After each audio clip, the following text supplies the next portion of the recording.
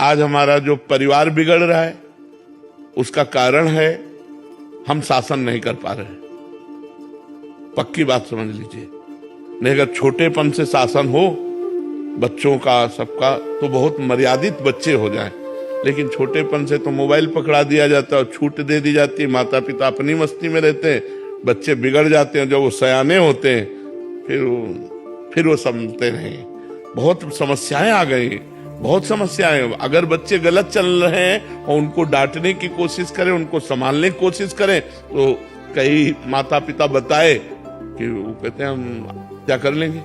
और बेचारा डर गया कि आपसे तो अच्छा है, जैसे चलो वैसे चलो, काहे को क्या करोगे। तो ये बड़ी समस्याएं समाज में उपस्थित हो रही।